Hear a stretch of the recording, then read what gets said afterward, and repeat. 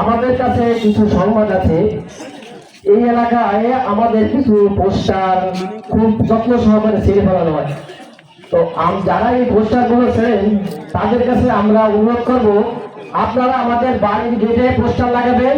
আপনাদের পোস্টার পাহারা দেওয়ার দায়িত্ব আমরা গ্রহণ করলাম।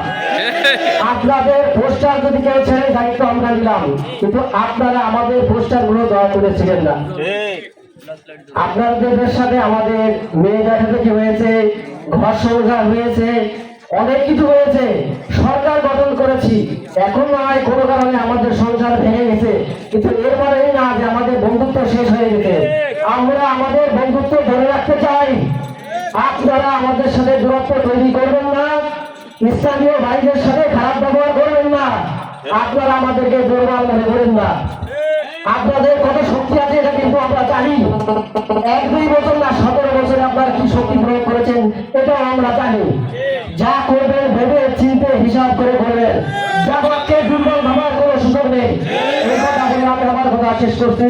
আসসালামু আলাইকুম ওয়া রাহমাতুল্লাহি ওয়া বারাকাতুহু।